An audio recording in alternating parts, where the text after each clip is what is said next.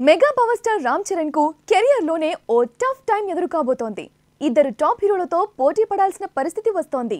అది కూడా తను ఖచ్చితంగా విడుదల చేయాలనుకుంటేనే.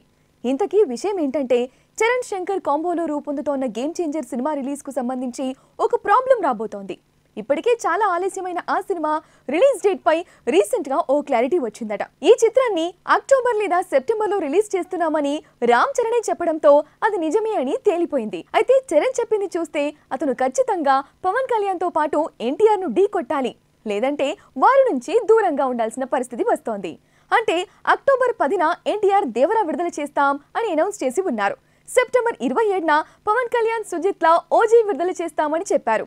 సో దసరా బరి నుంచి తప్పుకుంటే పండగ తర్వాత రావాల్సి ఉంటుంది, లేదా పండగకే రావాలంటే ఎన్టీఆర్ తో క్లాష్ తప్పదు. పోనీ ఓ 10 రోజులు ముందుగానే రావాలంటే అప్పుడు పవన్ కళ్యాణ్ తో క్లాష్ అవుతుంది. ఈ రెండు డేట్స్ కాదని కొత్త డేట్ ను చూసుకోవాలంటే పండగ సీజన్ మిస్ అవుతుంది.